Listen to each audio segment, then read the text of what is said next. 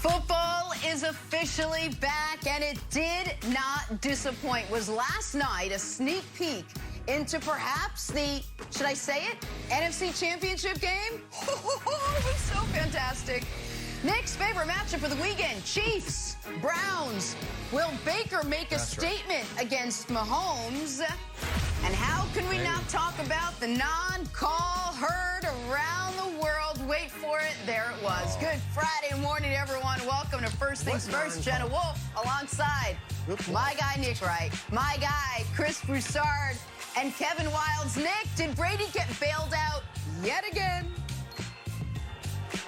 No, I mean, listen, they changed the rules last night. OPI is not a foul, and neither is removing your helmet, slamming it on the turf, and then putting it back on. New rules, 2021, taunting not allowed, OPI definitely allowed. You gotta be kidding me, America. Nick's got takes, America. Nick's got takes. Oh, sit back and enjoy. We got 2 hours of this. We start in Tampa, the defending champs, hosting the Cowboys on opening night. Bucs boys, Tom and Dak. Tom Brady making his 300th regular season start. Dak Prescott, not so much. Was returning from injury, and the two quarterbacks did not disappoint. Brady finishing with 4 touchdowns. Dak throwing for over 400 yards and 3 touchdowns himself. But this game would come down to one final drive. Here it is, Bucs down 1, under a minute to play. Brady finds his old buddy Gronk 20 yards to get into Cowboys territory. Shortly after, Brady to Chris Godwin. There it is, 24 yards to get into field goal range on a, should we call it a questionable non-call? Ryan Suckup drilling the 36-yarder, and that would seal it. 31-29, high-scoring game. Just an incredible ending to an amazing opening night. The Bucs pull out the very close win. Here is Tom Brady after the game on doing the right things at the right time. The important part about the last drive of the game was, you know, we executed some really good plays at the right moment, and it was great to see. It's going to give us a lot of confidence. There was no doubt we were going to go win the game. With him, it's just who was going to make plays, and guys up front did a hell of a job protecting, and guys went and got open. There's plays that we left out there that could have resulted in touchdowns, and it's game one. It's a long season, but we've got to make sure that we get better from this one and allow this to be to propel us. My dad called me last night. He said, what do you think? I said, I think it'll be a high-scoring game, comes down to 2 points. I did not say that. Nick, did last night say more about Brady and the Bucs or Dak and the Cowboys? I was way off on predicting this one. Listen, I don't want to focus on the non-call to start the show. Jenna, you mentioned it, but the fact of the matter is, prior to the non-call, the Bucs were about to go in to score to put the game away, and they fumbled near the goal line. So the better team won last night. But I want to focus on the two biggest winners, even though neither one of them are on the Bucs. The first is Dak Prescott. I'll get to him in a moment. The second is our Kevin Wildes, who I must say, and I must publicly apologize to, because Kevin Wildes not only was the only one to pick the Cowboys, and I know they lost, he also gave an exact score prediction that if Greg Zuerlein was able to make first half extra points or chip shot field goals, Wildes would have nailed the score exactly right. And loyal First Things First listeners, viewers know, Wildes said Dak Prescott's going to throw the ball 58 times. And I laughed at him, and I think I called him an idiot. Yep. And he threw the ball 58 times. So, Wildes, you deserve massive credit. Thank you, buddy. And Dak Prescott deserves massive credit. I think that's the finest football game he's played since the Packers divisional round playoff game his rookie year. Now, he lost that game, too, on a final drive and a final field goal against an all-time great quarterback. But Dak Prescott, Broussard, under these conditions, against that defense, with his own coaching staff seemingly working against him, with massive drops early that killed drives, the fact that he came back and came back and came back, threw the ball damn near 60 times, and drove the Cowboys down for what could have been the game-winning field goal. If you're a Cowboys fan, I think you have to feel great. Not as good as you would if you had won, but Dak looks as good as he's ever looked. You went toe-to-toe with the favorites in your conference, and a call goes this way, a bounce goes that way. McCarthy goes for a touchdown instead of kicking a field goal. Maybe you're coming out of here 1-0. But most importantly, Broussard, Dak was marvelous. I think it's the best regular season game of his career. Well, first of all, Nick, I can't believe I didn't get props at the beginning like Wilds and Dak either. I mean, didn't I sit on this show and guarantee a Buccaneers victory? Yeah. Where's the love? Yeah. Where's the love? So I was right about that. Not giving it to you. Jenna asked, which team and player, quarterback, were you most impressed with? No question, it was the Cowboys and Dak. I agree with everything you said, Nick, about Dak. And look, I believe, Nick, and you're right, Tampa Bay was marching and Godwin fumbled that ball, but that was a good hit. That wasn't just Godwin being sloppy. That was a nicely timed hit by the Cowboys to force that fumble. But Dallas outplayed the Buccaneers. They really did. I mean, they marched up and down the field. Tampa Bay's punter was tremendous because he was pinning the Cowboys in their own territory by the goal line time after time. And the Cowboys just continued to march up and down the field. They won the time of possession by almost 9 minutes. Dak playing without one of the best offensive linemen, Zach Martin, in the league, only gets sacked one time. Yeah, Dallas looked great, and if it weren't for a 31-yard missed field goal and a missed extra point by a Pro Bowl kicker, maybe they win. I'll say maybe because, the circumstances of the game changed and maybe Tampa Bay rallies. But the Cowboys were incredibly impressive. You have to give them big-time love. And I said it before, if you're a Cowboys fan and you play them close, you got to feel good about this. To Dak, for him to do this in his first, not game, not series, but snap since he broke his ankle against one of the best defenses in the league and obviously the defending champs in their building. I can't say enough about him. And I have to throw this out there. Dak Prescott, I've always been a fan of his. Okay, from day one, because I'm a big intangibles guy when it comes to quarterbacks. I think that's largely what made Brady and Joe Montana the two best to ever do it are their intangibles, their leadership, their ability to galvanize the locker room, their smart decision-making, their character, so on and so forth. Well, I've always seen the same things in Dak, but I've always thought he was a game manager with big play capabilities. A game manager who could make big plays with his legs or with his arms when necessary. He's changed my mind. I wrote off all those big yardage games in the past because they were mostly in desperation situations, trying to rally and come back from a couple touchdowns down. Last night, he looked like a quarterback who could put a team on his back without a running game, which they didn't have last night, and carry you to victory, even though they lost. So Dak, in my mind, has now moved from game manager with playmaking abilities to an elite quarterback, and I couldn't have been more impressed, Wilds. I agree. And Broussard, just for the record, you went 2-0 with your predictions. You said that the Cowboys had no chance, but if they played it close, it'd be a moral victory. So you were right on both accounts. So you didn't just get one thing right. The moral victory counts too. You got two things right. All right, I came out of this game, Nick, with a new slogan: "Don't doubt Dak." Dak's side.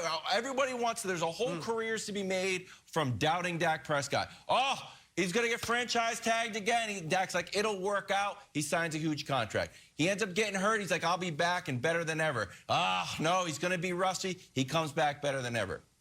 Then after the game, he said something very interesting. I want to play the sound when he shook Tom Brady's hand, and then the press conference. I want to get your reaction after we listen to the sound. Take a listen.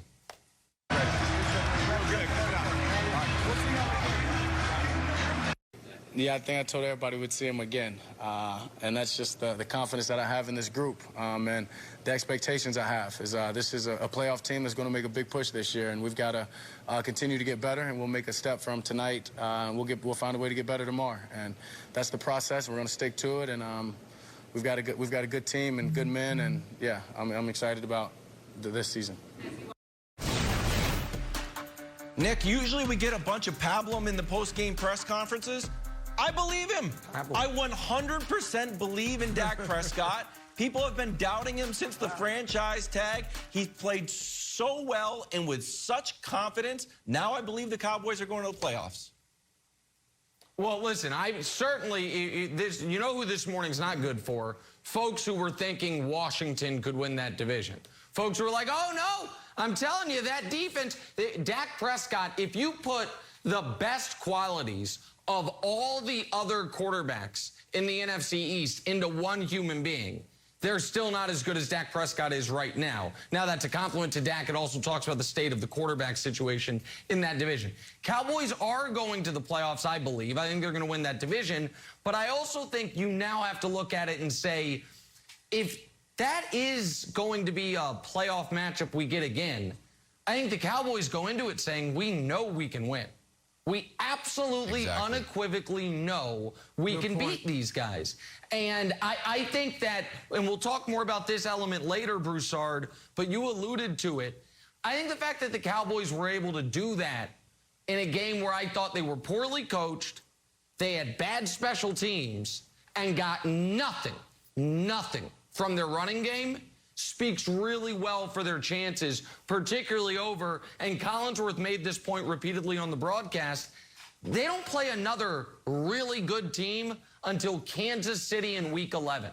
Their next 8 games set up so well for them to really get rolling. And so, yeah, I think that these are going to be 2 of your 7 NFC playoff teams. And I think if they have to play this game in that building again, which they might, I think Cowboys go into it feeling awesome. Yeah, I'm like you, Nick. I picked them to win that division. And once you get in the tournament, you know, all bets are off. And there's no reason. I felt, you know, going into this game, Tampa Bay was the superior team in the conference. I still feel that way because they're going to improve. All right, maybe Wiles has been saying they'd have some type of Super Bowl hangover, maybe let down after the celebration before the game. And maybe there was an element of that. Even if there weren't, they're going to get better. But there's no reason the Cowboys shouldn't feel like we're as good as any. You look at the Rams, the Niners, the Seahawks, the Packers, the other teams, the other contenders in the NFC. You can't tell me Dallas can't play with those guys. So, yeah, you know, I think Brady brushed it off like, yeah, that's what all quarterbacks say to me. We'll see you later. Yeah, whatever. Yeah. But I think Dak might be on to something. Well, yeah, the Bucs will get better. They're just getting to know each other. A lot of new guys. No, all the same guys. All right, game goes to the Bucs last night, but a huge night for the Dallas Cowboys. We'll have much more on that. One game is in the books, 15 marquee matchups still left. We're going to break down the most intriguing storylines for the Week 1 game still to come. Going to be a huge weekend. That is next. First things first. Drawing a blank, got to do it. It says one game in the books with last night's thriller. So we turn our attention to the other 15 games that are going to be in the books. You know, marquee matchups to keep you busy. Chris Broussard, the most intriguing storyline for the Week 1 games is blank. Jenna, I was very tempted to go with Green Bay, New Orleans. You guys know I'm high on Jameis Winston and Aaron Rodgers' first game since all the turmoil of the offseason. But I am instead going with Miami at New England. This one, I'm excited about. Tua. Let's go. Is there a more embattled quarterback in the league than Tua Tagovailoa? Our own Nick Wright said everybody thinks he stinks. All right, he wasn't named the captain. That's rare for a quarterback. He was not named the captain of his team. His teammates know how he's catching heat. They know that everybody's criticizing him. If he'd shown some degree of leadership, I gotta believe they would have said, let's get behind our guy. Show him and the world we believe in him and name him a captain. They didn't do it. So Tua is under the spotlight. He's got to go out and do his thing. And then, of course, New England, is it the beginning? Is it the dawn of the Mac Jones era? That defense is going to be tough. That running game is going to be tough. We know about the coaching staff. Let's see what the rookie quarterback can do. I think he's going to have a very strong year, and I think it begins this weekend. I've got New England beating Miami and taking the early lead as these two teams battle for wild card position in the AFC East. Great take. I totally disagree with that. I think Miami wins, and I think Mac Jones has more turnovers than touchdowns, but I want to talk about a different team. I want to talk about the Ravens' injuries because it's now reached code red in Baltimore. They lost J.K. Dobbins a couple weeks ago. Then they lose their third-string running back. Yesterday, they lose their second-string running back, who now was their first-string running back in Gus Edwards. On the very next play, they lose Marcus Peters, both to torn ACLs, both done for the year. They're already without Bateman for the beginning of the season. They're already without Boykins for the beginning of the season. That's two of their top four wide receivers. Their other receivers are Hollywood Brown, who's been dinged up throughout his career, and Sammy Watkins, who hasn't had a full healthy year seemingly since he was in Buffalo in his second year in the league. It is absolutely paramount for Baltimore. On top of all this, let me show you their schedule real quick, that they get out to a strong start. We always look at the beginning of the schedule. Look at the right-hand column.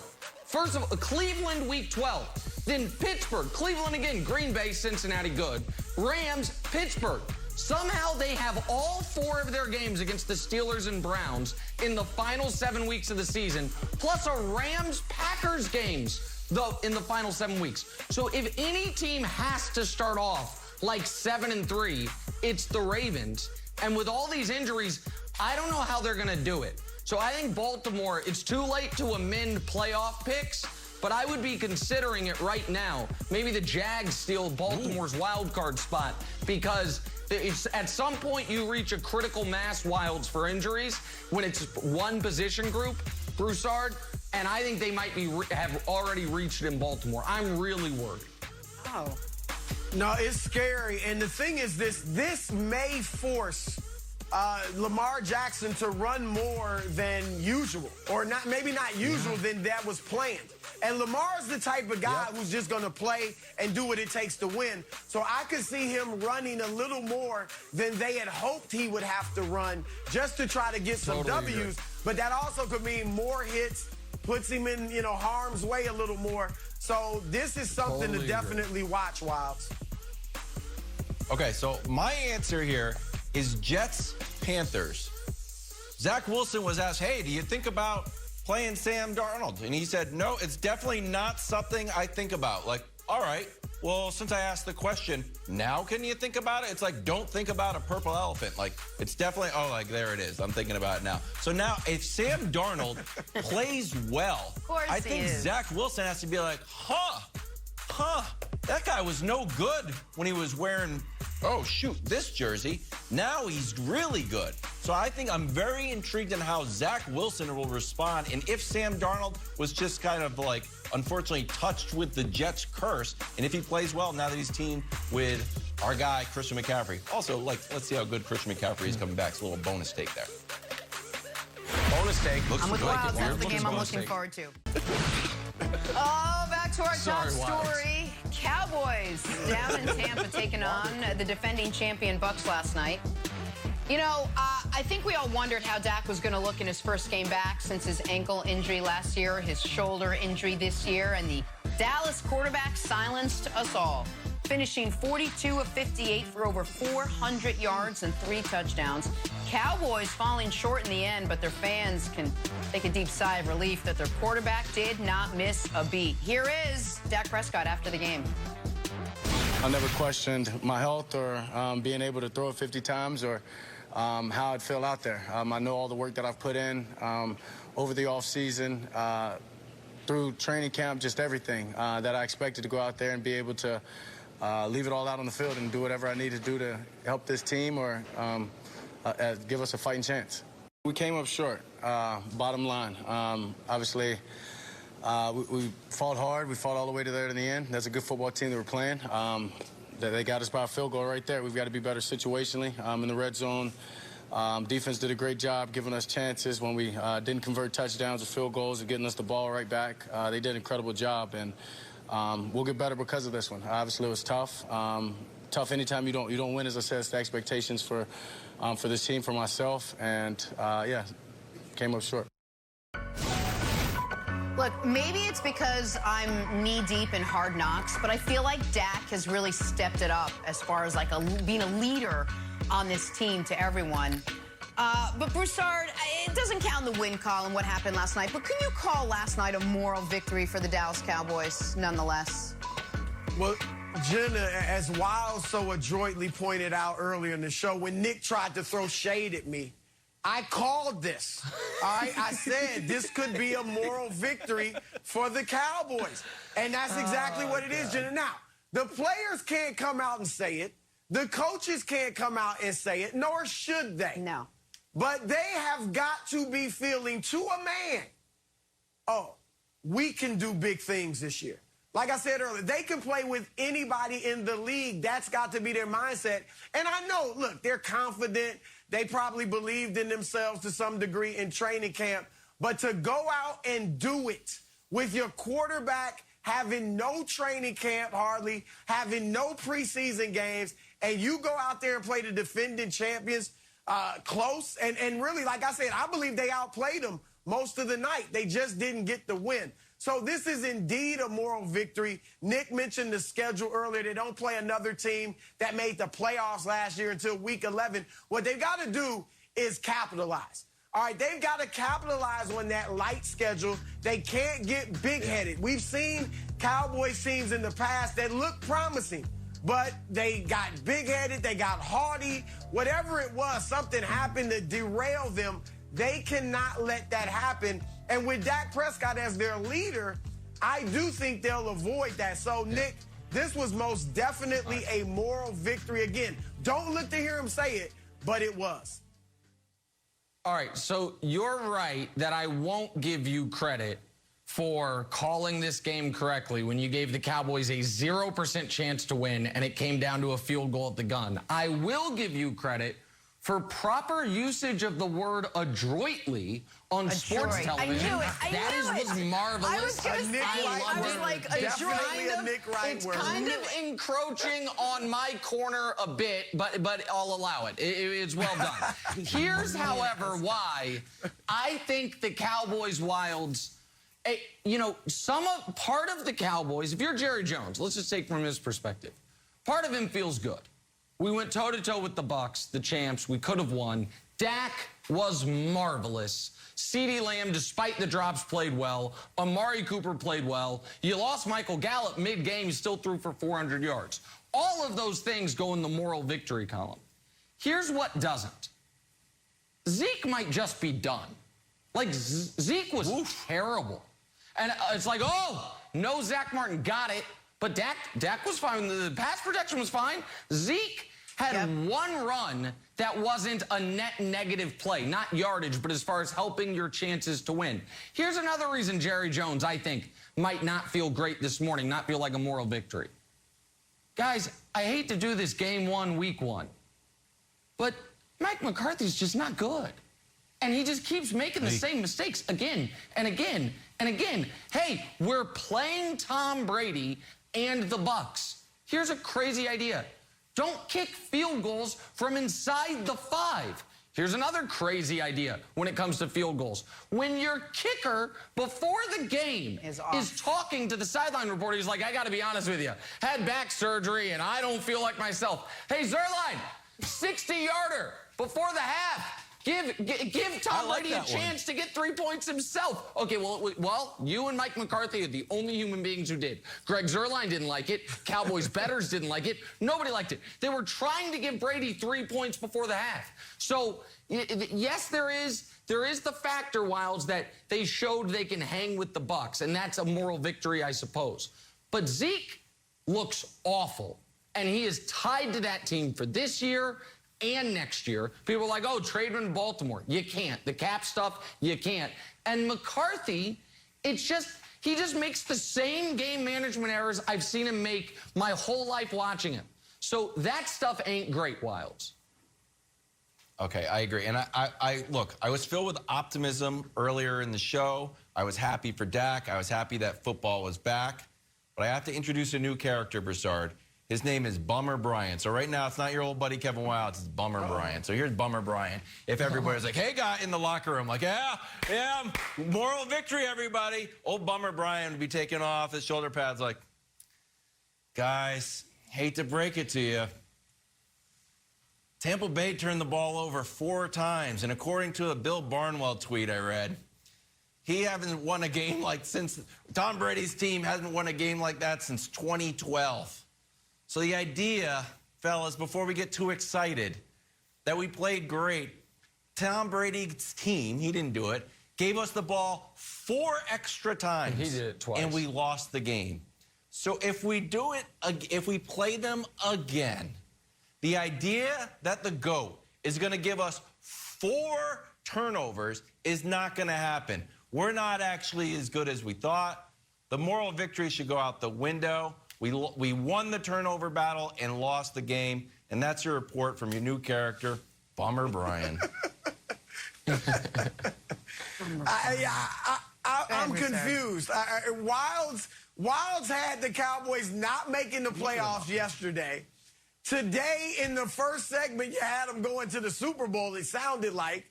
And now Bummer Brian I'm like the Harden of the show. So, Stir it up. I'm not sure where they're at. But, yeah, Nick, look, Zeke, I'm going to give Zeke a little more leeway. Because, remember, that Tampa Bay defense is the best run defense in the league. You got to have some holes. I admit, he didn't look terrific. He didn't look like he could make guys miss. But you need some holes to run through as well. And I'll even give you this.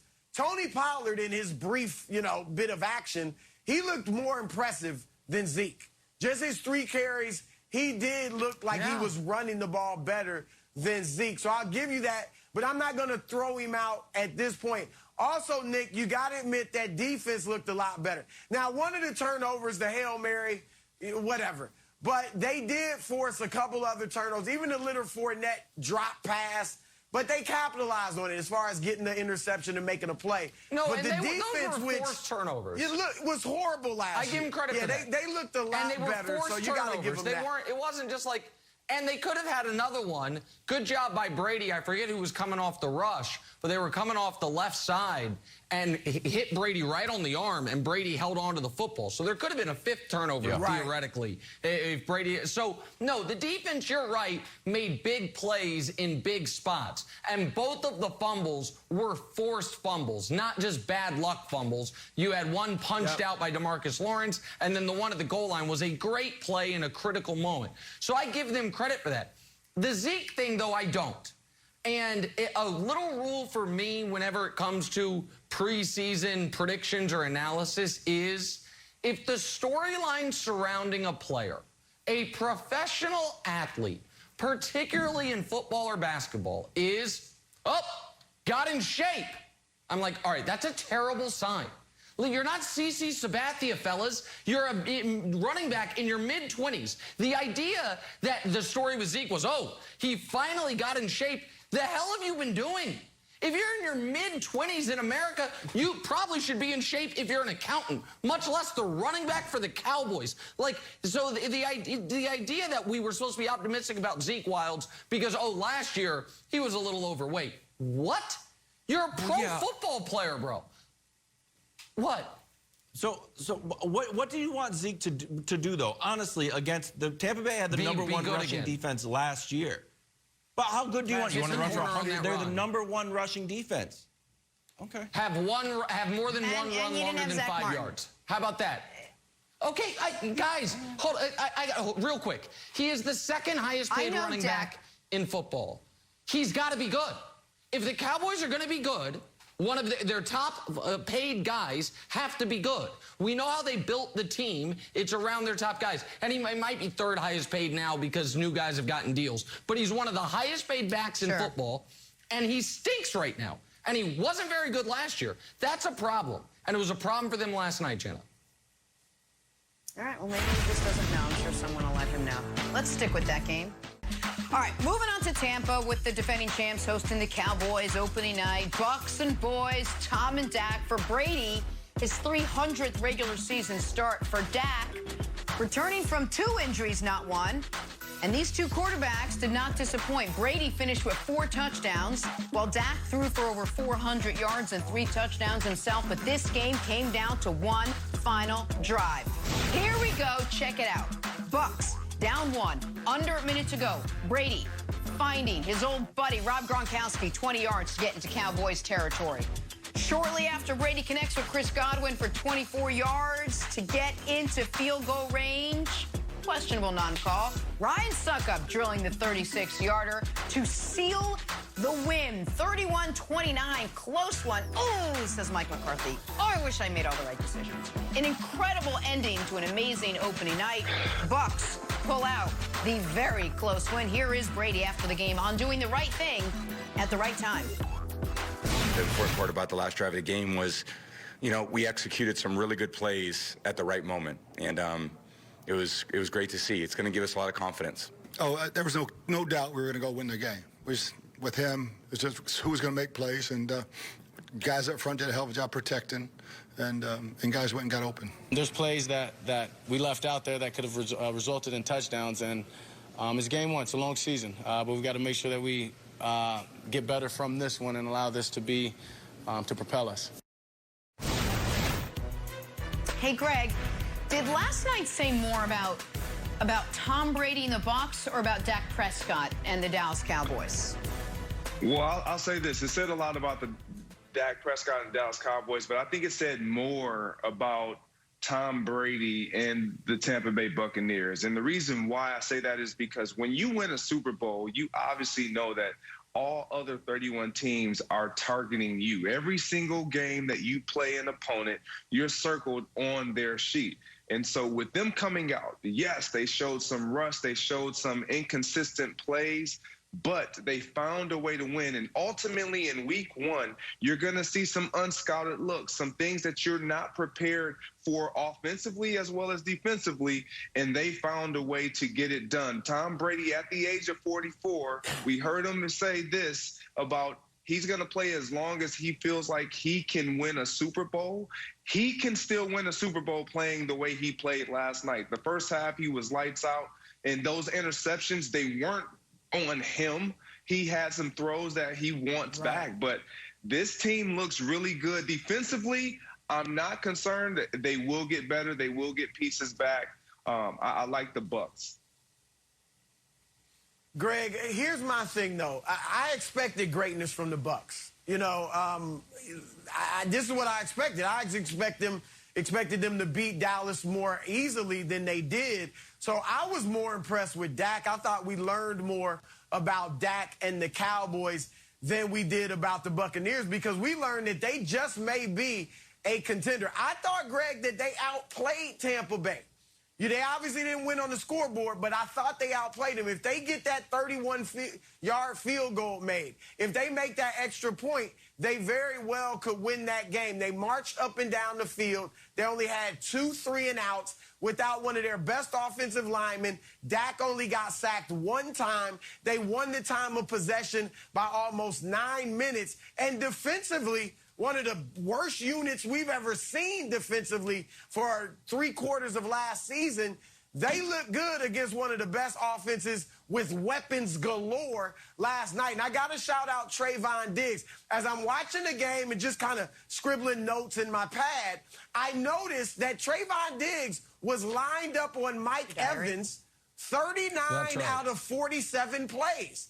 And Trayvon shut him down. He only gave up 1 reception for 10 yards. It's just a little something I scribbled, but that's what it was. Yeah. 1 catch for 10 yards. So Trayvon Diggs balled out. If the defense can remain that strong, then watch out for these Cowboys.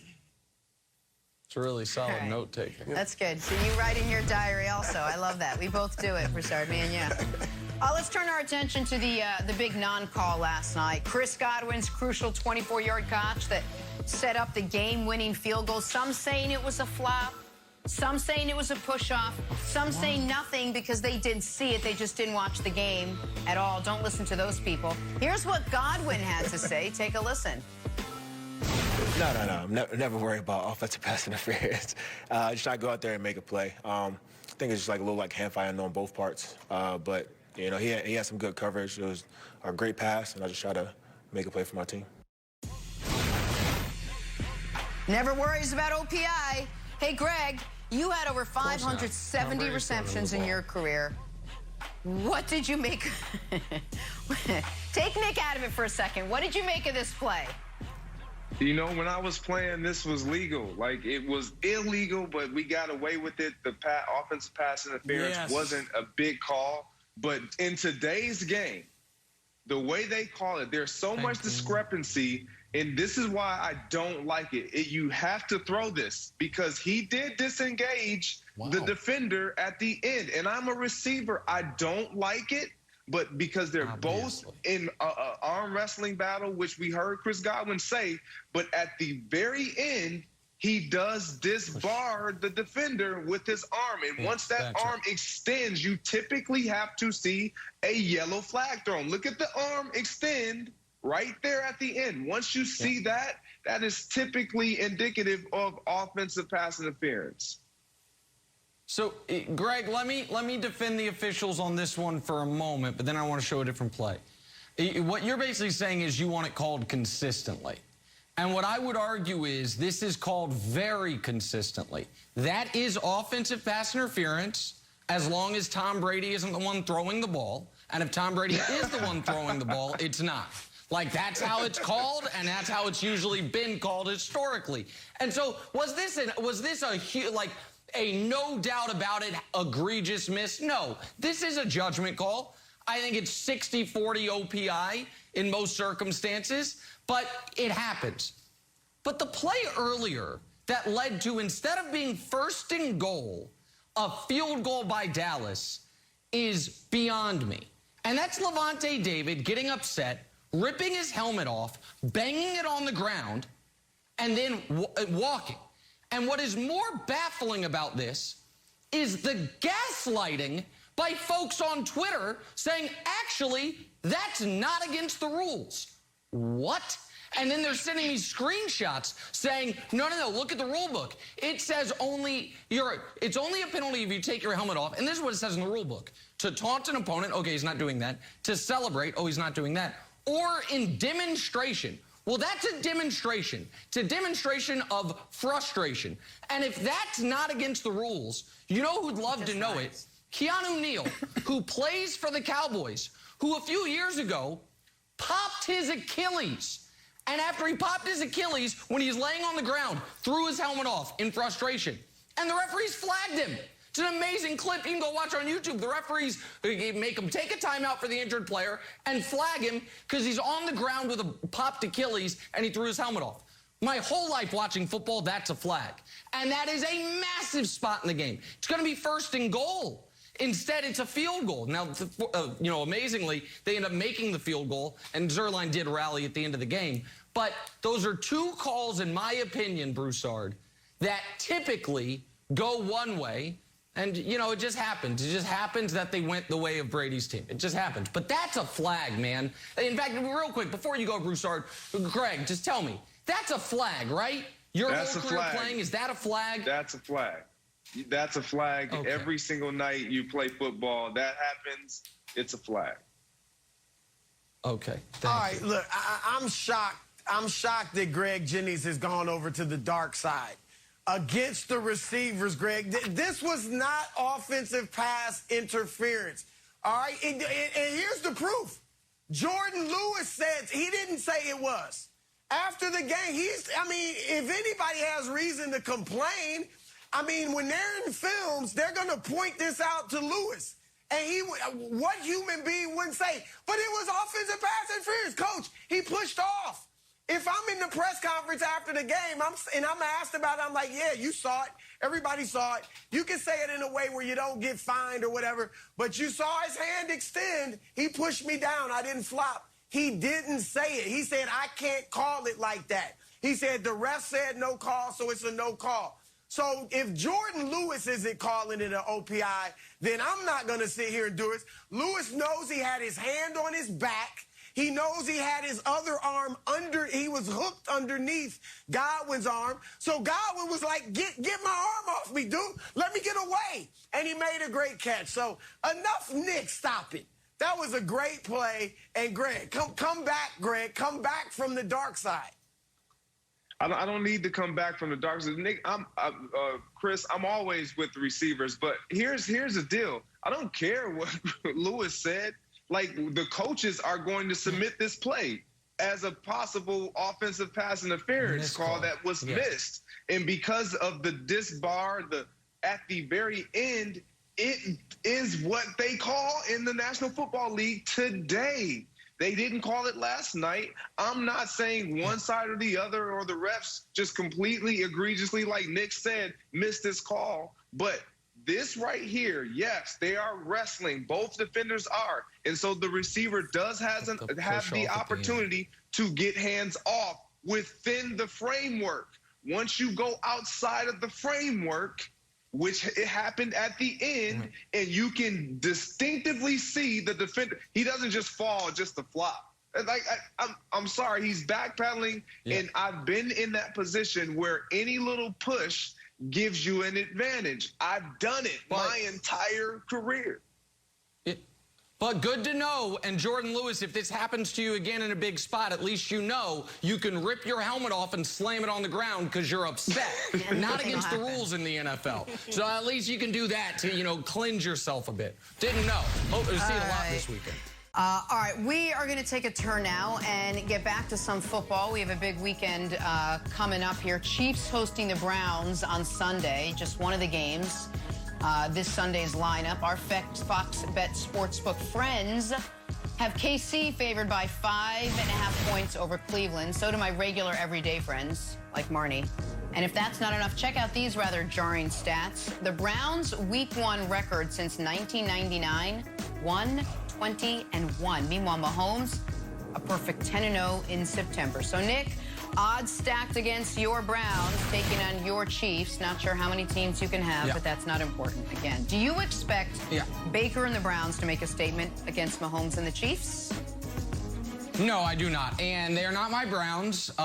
Just because, as we've discussed, I drip in objectivity on the show. I think they're going to be very good. So I say they're going to be very good. Then I have only one team. It happens to also be the team with the best player, and they're the best team, and they should be the two-time defending Super Bowl champs, but instead they're the one-time defending Super Bowl champs. They'll get it back this year, the Chiefs. But we had a fact error on that screen, which I hate to do it to our guys. Those Mahomes numbers can't be right. Can we show Mahomes in September? It said 32 touchdowns, 0 interceptions. Show his full number. That can't be right. I know he's... Oh, that's right? Oh, that's in his career? 10-0? 9 yards a pass? 124 rating? 32 touchdowns? 0 picks? Seems good. So no, I don't... This is what I think is going to happen. I think the Browns are going to come into Arrowhead and get their teeth kicked in, and it's going to be a good measuring stick for them to see how far they have to come. I think the Chiefs are going to win by double digits, and I'm going to have a bonus prediction, Wilds, and I want to throw it to you, my friend, because here's what happened. Sorry, Broussard, but I want to get Wilds' take on this because Wilds is, you know, is someone that's done this before with me on the Chiefs. Because what happens with the Chiefs is they're so good early, they become uninteresting, and so then we create, like, are they winning games by enough points? My prediction is it is when the Chiefs beat Washington in Week 6 to get to 6-0, but play them close. That's the blueprint game. It'll be right after Washington loses to the Chiefs, but it's like 20-17 in an ugly Chiefs victory. That's when we'll start Chiefs Blueprint Week, which is one of my favorite annual traditions of, blueprint's out. Here's how you stop Mahomes and company. Just wait for it. So, no, Baker and the Browns Wilds won't have a blueprint, and it'll be ugly because you have a motivated, angry, healthy, loaded Chiefs team. I think Browns' second best team in the conference, but it's a big gap. So I'm excited for the game, but I don't think it'll be a compelling game. Oh, well, here's the thing, Broussard. You know what Kevin Stefanski has? The blueprint. Because Bruce Arians laid out the blueprint in the Super Bowl, Todd Bowles. And remember, I'll do a Nick impression. Ready, Jenna? Do you like this one? I'm old enough to remember, literally yesterday, when we did a segment on, hey, what NFL records could be broken? And your old buddy Nick Wright said, ooh, what about Myles Garrett? Myles Garrett coming off the line. He's averaging a sack a game. And then he got hit with COVID and he went down. And also, guess who else is there? Jadeveon Clowney. I can't quit Jadeveon Clowney.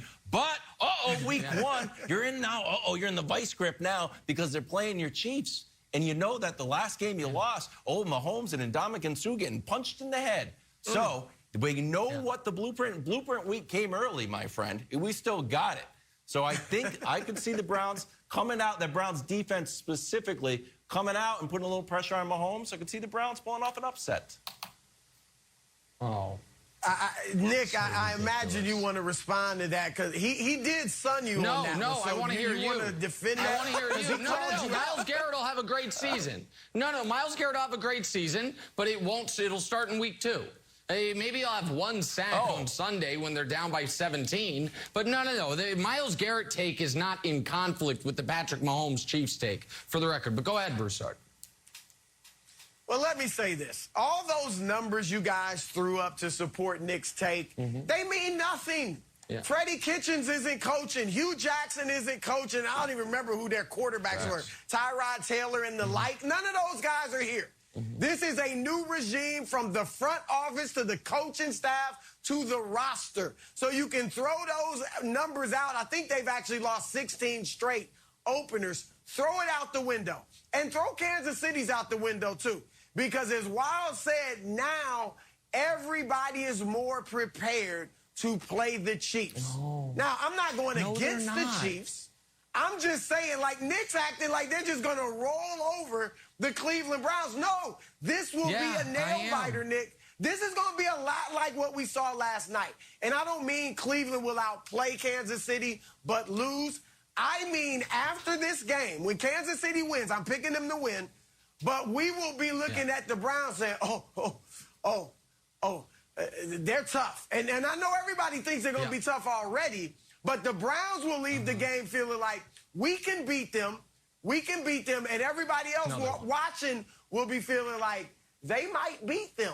They might beat them. So the Browns are going to play them tough. I think that will be the statement, but they won't beat them. The Browns are an excellent team, but they are not going to come into Arrowhead and make it close. They were getting beat up last year in the playoff game against the Chiefs until Mahomes went down. And yes, there is a blueprint on how to slow down the Chiefs' offense. It involves Patrick Mahomes playing on one foot. That's just a forgotten storyline. He had massive surgery in the offseason because he got injured in the Browns game after already being injured prior to the Browns game, and that's what happened in the Super Bowl, and have the Chiefs have a CFL caliber offensive line.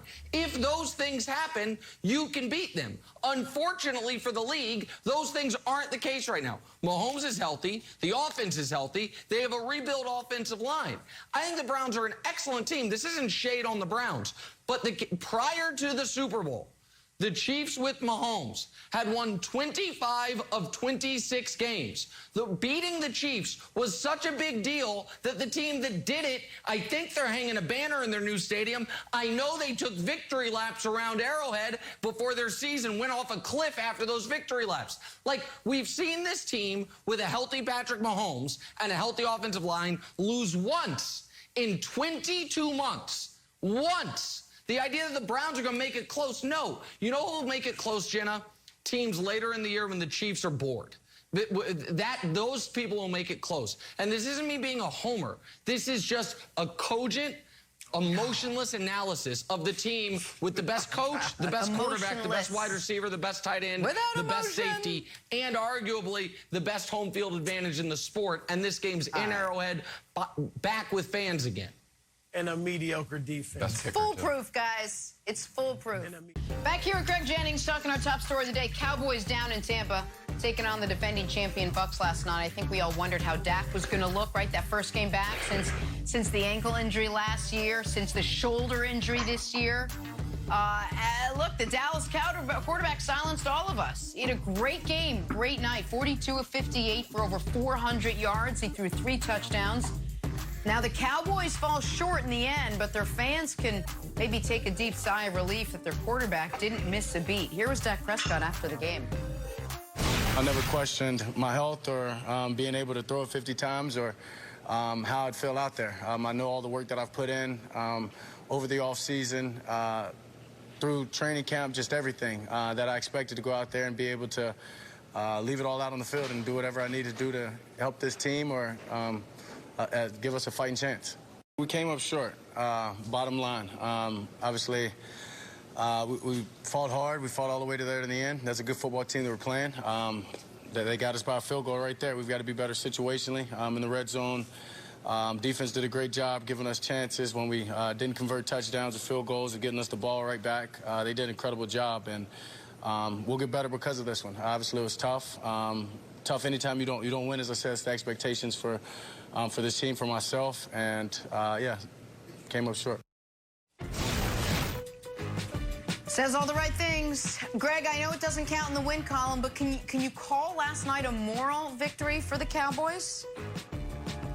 No, there's no more victories, and every player or competitor who competes against an opponent knows that there's no more victories, but there are takeaways, both positives and negatives. And the Dallas Cowboys have a lot of positive takeaways to walk away from this game, with Dak Prescott being the #1 takeaway. We all know what he went through last year, and then even in the ensuing training camp, the shoulder injury. And for him to throw 58 times, which we knew, or I'm not going to say we, as a ball guy, a wide receiver, and one who knows Mike McCarthy and how he's going to look at his opponent. Yes, you want to establish the run, but you know what the Tampa Bay Buccaneers are up front. And so going into this game, you're going to have to throw the ball. You're going to have to throw it a bunch of times. And Dak Prescott, it's a credit to him and his work off the field, in the classroom, his diligence to be a student of the game, even when he couldn't throw the football, and preparing himself as a pro. This is not an easy task, to go into Raymond James Stadium against the defending champs and perform the way he performed after missing all of the games that he missed last season and even training camp. So the Dallas Cowboys do have a lot to hang their hat on. However, you got to remember, this is a team that has shown signs to be great offensively, but then fall apart in the waning moments of the game. So I'm looking forward to seeing how this can be a stacking of success that Mike McCarthy often talks about and alludes to, or can it go the other way? Sometimes it can go the other way, but I think the Dallas Cowboys knew what they had in Dak Prescott all along, and he, more than anyone, was confident that he would be able to perform at the level he did last night. I would expect that from you, Greg. I mean, you're a former player. You still have that athlete's mentality, no moral victories, and I get it. So I don't expect you or the Cowboys or their coaching staff to say publicly that was a moral victory. But come on. Inside, they know now that they are capable of something special. And I get it that every team, every player, even the guys for the Jaguars are saying, we put on our pants one leg at a time just like everybody else. We can win, right? I get the optimism. Yeah. But you still have to see it. And last night, the Cowboys, I may have messed that up, whatever. Last night, the Cowboys saw that they can play with the defending Super Bowl champions. They saw that there's nothing going on with Dak mentally or physically in regards to his ankle or his shoulder. He is back, and he is back better than ever. They saw that their defense could hold one of the best offenses in the league with weapons galore in the backfield, on the sidelines, on the tight ends. Everywhere there are weapons, and they held them to 10 points in the second half. They forced a few fumbles from them. So I do think this was a moral victory. At the very least, the Cowboys fans are saying, this year could be different. So yes, Nick, moral victory. Right. Well, and listen, who's the most famous Cowboys fan maybe in America? Our Skip Bayless. And he was celebrating after the game. So I do think Cowboys fans are happy-ish with the result. One quick correction, Broussard. The Jags players don't have any problem putting on pants. Turtlenecks, some of them have issues with, but that's neither here nor there. Now, to the more important point. To the more important point. There's one way for the Cowboys to be great this year, and that's have an elite top 4 passing offense. And I think they can have that. So in that regard, they should feel really good.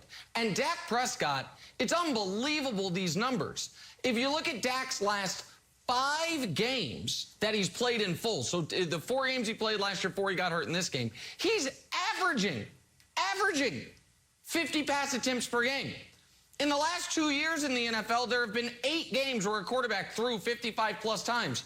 Dak has 3 of the 8, and he's only played 5 full games. The Cowboys know this is how they have to win, and which is why, Wilds, it was so concerning this offseason when it's like, wait, is he dealing with a shoulder problem? Because if he's limited, they have no chance. And I thought he was brilliant yesterday. I really think, all things considered, given the opponent, the stakes, it's the first game of the season, you're playing the defending champs, and you're coming off an injury, I think you make the argument it was the finest regular season game of his entire career. I think the only game he's ever played that was better was the Packers game, his rookie season in the playoffs, where once again a Hall of Fame quarterback beat him by a field goal at the gun.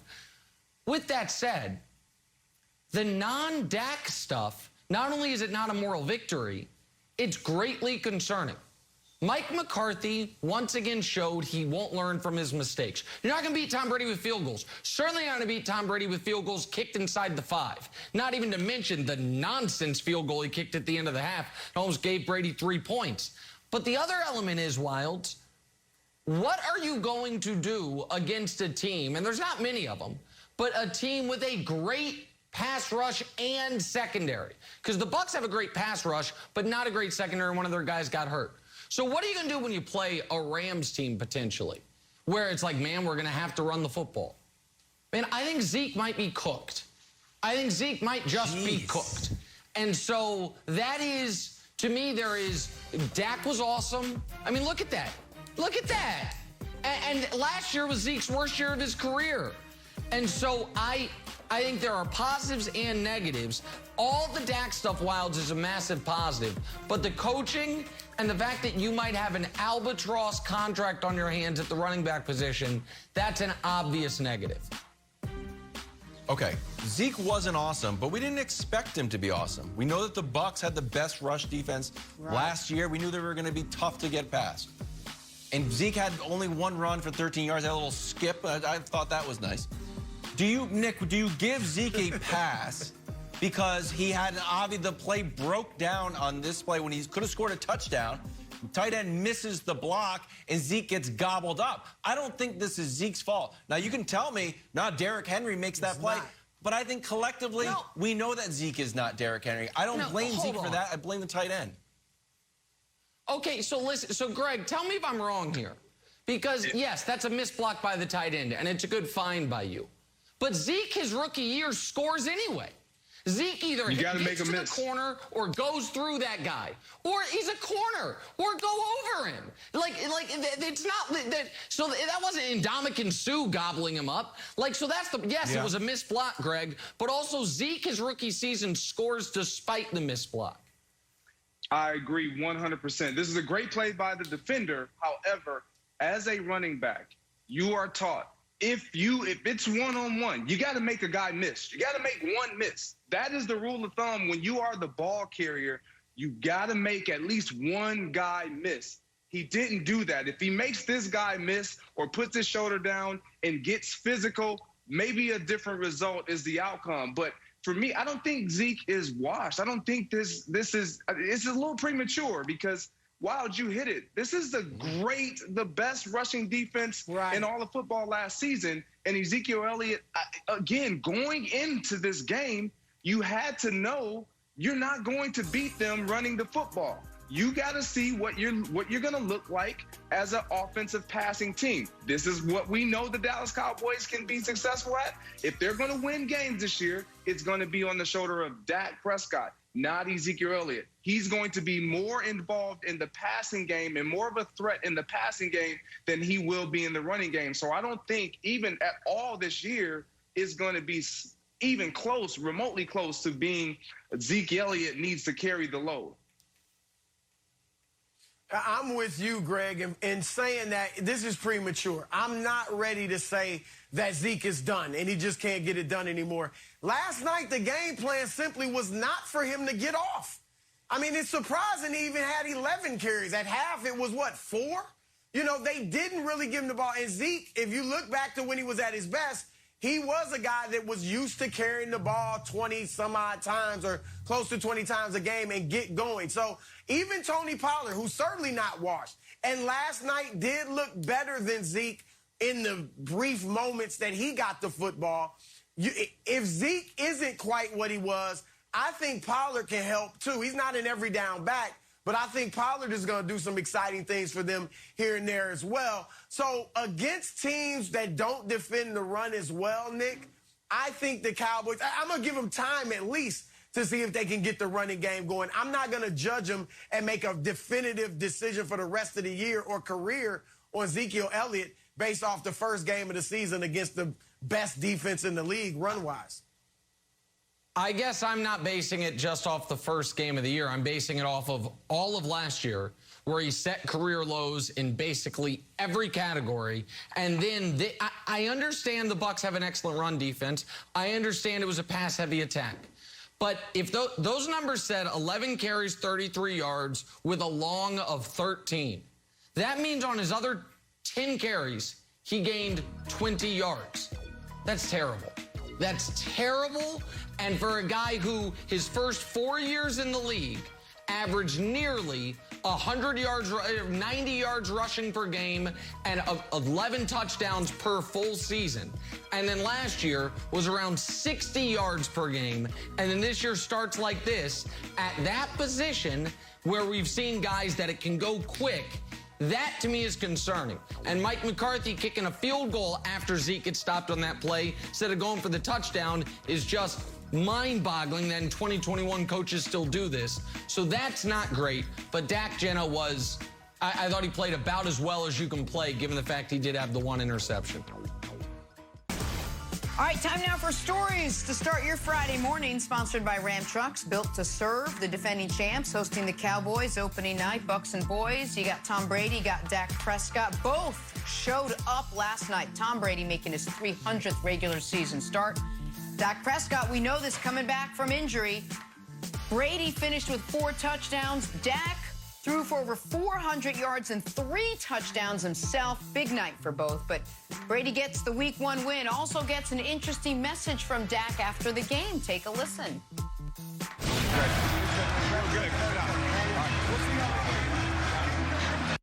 Yeah, I think I told everybody we'd see him again.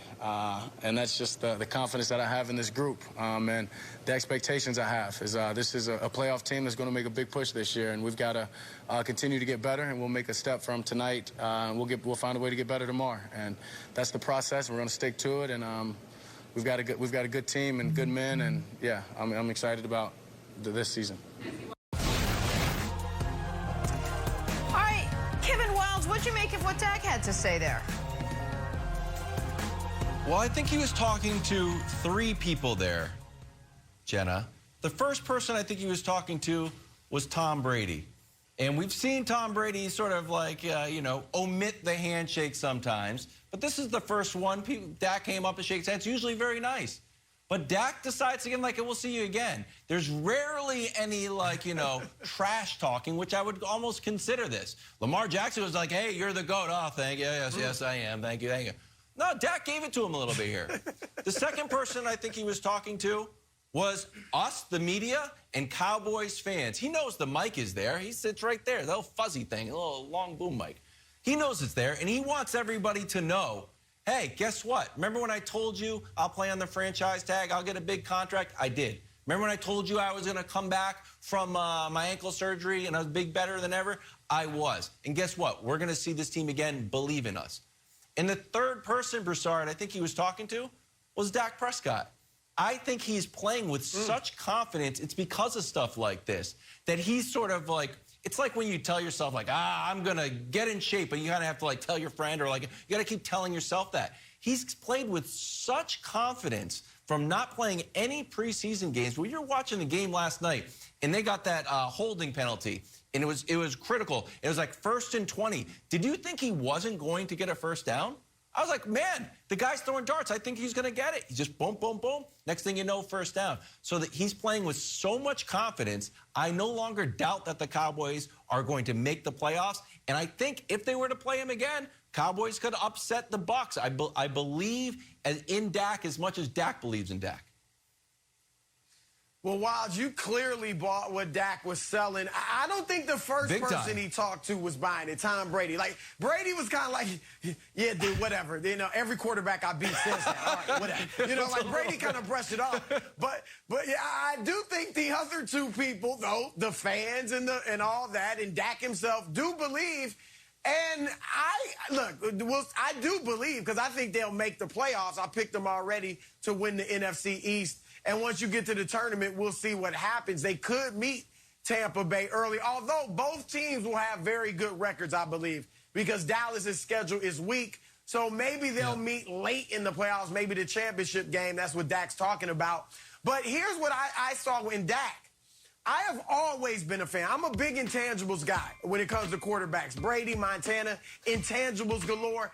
I see the same thing in Dak. Leader, he's a winner, he's high character, he believes in himself, and players believe in him, all of that stuff. But on the field, I have felt he is a game manager who can make big plays, a playmaking game manager, if you will.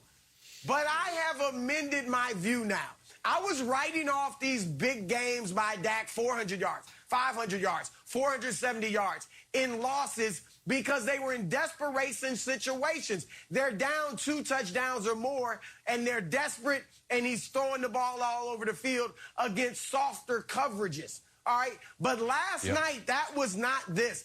Dak Prescott ate that Tampa Bay defense up from beginning to end. I believe, I've been saying he's en route to becoming elite. I think he is there now. He now is the type of quarterback, Nick, who I believe you can put the team on his shoulders now, and he will carry you to big things. Even in the loss, I feel like I saw that.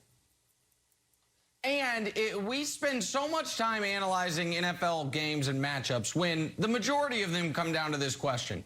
Does one team have an excellent quarterback and the other team doesn't? That team's probably going to win. Now, last night, both teams had an excellent quarterback. But when you show that Cowboys schedule, what jumps out to me is how many good quarterbacks are on it. So Herbert next week for sure. Then you don't play another excellent quarterback until maybe you could argue Matt Ryan, certainly Mahomes, and then I guess Kyler at the end. It's 12 weeks of nobody's at quarterback.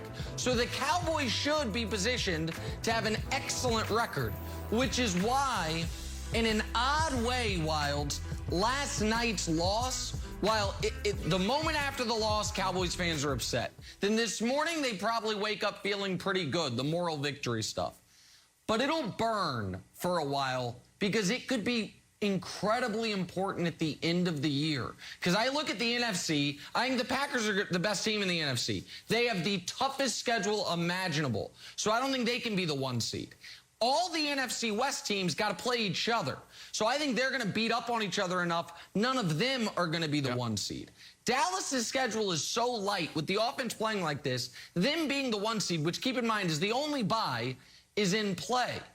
But the team they're going to be competing for against is probably Tampa, who now, it's not only they're up 1-0 in the standings, but now they have that tiebreaker. So, like, that's where that loss really hurts you. If you do plan to go see them again, Jenna, this game probably would be in that building again.